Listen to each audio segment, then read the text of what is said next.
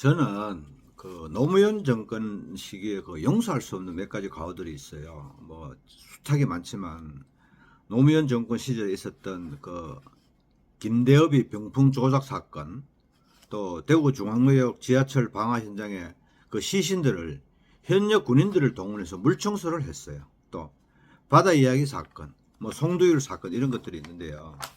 제가 오늘 말씀드리려고 하는 거는 뭐냐 하면 바다 이야기입니다. 바다 이야기가 뭐냐 하면 그 전국 방방곡곡에 사기 도박장을 설치해 놓고 서민들, 국민들의 등을 쳐먹은 사기꾼들인데요.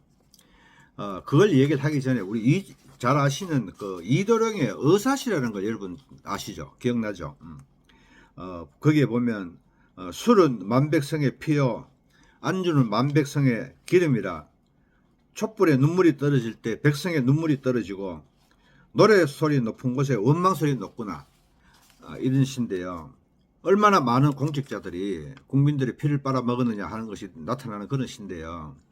이재명이처럼 공직자에게 주는 그 법인카드를 개인 용도로 쓰는 사람들, 이 사람들이 바로 국민들의 피를 빨아먹는 사람들이에요.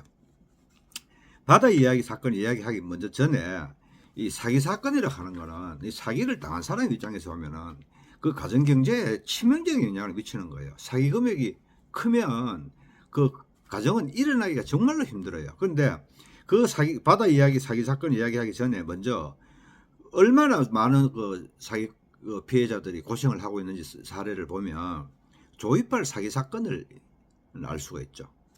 조이팔 사기 사건이 뭐냐 하면 뭐 피해 금액이 뭐 4조 원대니 뭐 3조 원대니 이런 얘기가 있는데요. 그 조이팔 사기 사건과 관련된 그 피해자들의 눈물 어리는 호소가 그 실증적인 증거를 제가 하나 가지고 있습니다. 이게 뭐냐 하면 조이팔 관련된 사람이 이제 320억을 공탁을 했는데요. 320억을 공탁을 했는데 이 공탁 사건이 대구지방법원 2016년도경에 이제 공탁된 건데요.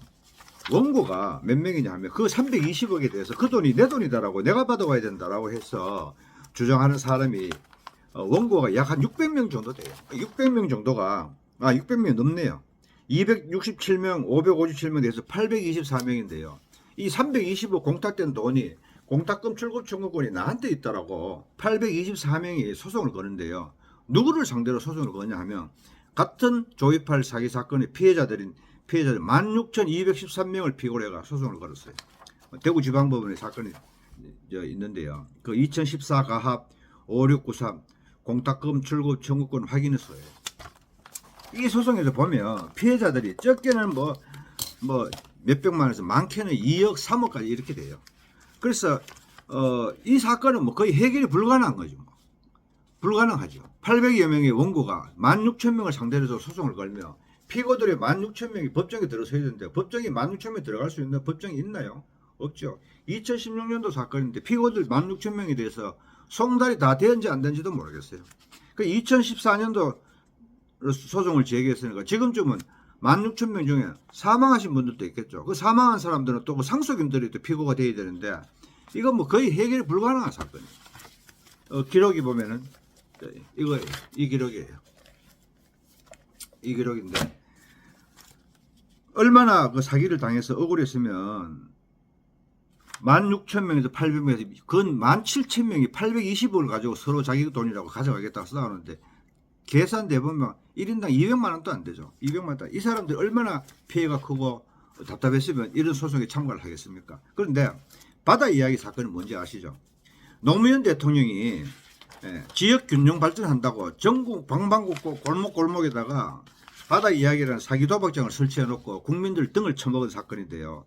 그 돈은 조이팔이 사기 사건의 4조 5조 그보다 훨씬 더 많을 것 같아요. 피해자도 훨씬 많아요. 완전히 드러내놓고 사기를 해먹었잖아요. 그런데 이렇게 사기치고 거짓말하는 세력들은 두 번 다시 증거를 못 잡게 해야 됩니다.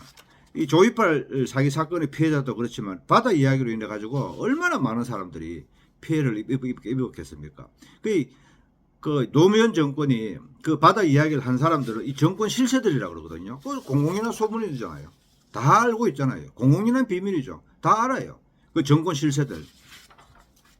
국민들을 상대로 등쳐먹은 사람들, 이러한 세력들은 두 번 다시 대한민국에서 발을 못 붙이게 해야 되는데 뭐 노무현이가 개혁적인 대통령이다라고 하면서 조선시대에 정조대왕에게 비교하기도 하는데요. 어림없는 소리라고 저는 생각합니다. 그 정권 실세들이 헤쳐먹은 돈을 지금 어디다 보관하고 있을까요? 이런 것에 대해서 국정조사를 하지 아니하고 허구한 엉뚱한 데 대고 이제 정쟁을 하고 있다. 저 이런 생각이 듭니다. 그런데 제가 들은 얘기 하나 있어요. 노무현 대통령의 가족 가운데도 누가 바다 이야기를 했대요. 제가 부산 사람하고 골프를 치면서 들은 얘기인데 자기가 바다 이야기 매장을 2개를 했대요. 2개를 했는데 하루에 현금이 5천만 원씩 들어오더라. 근데 내가 노무현이와 어떤 관계에 있는 사람도 하고 있는데 대통령과 이런 관계에 있는 사람도 하는데 내가 뭐 이거 해가지고 뭐 처벌되겠느냐 걸리겠느냐 라고 생각하면서 자기도 떳떳하게 했다는 거예요.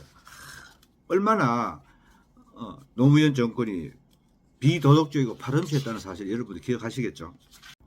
노무현 대통령에게 이런 바다 이야기가 정보 보고 올라가지 않았겠습니까? 저는 100% 올라갔다고 생각해요. 그걸 알고도 방치한 것이죠. 그들의 세력들이 하고 있으니까. 그건 뭐 공범인 거죠. 만약에 몰랐다면 무능했다는 거죠. 그래서 노무현 정권은 정말로 태어나지 말았어야 할 그 정권이라고 생각을 합니다. 그 후에 문재인 정권도 마찬가지죠. 문재인을 간첩이라고 하는 100가지 이유 이 책 한번 읽어보세요. 정말로 문재인의 정체를 알 수가 있습니다.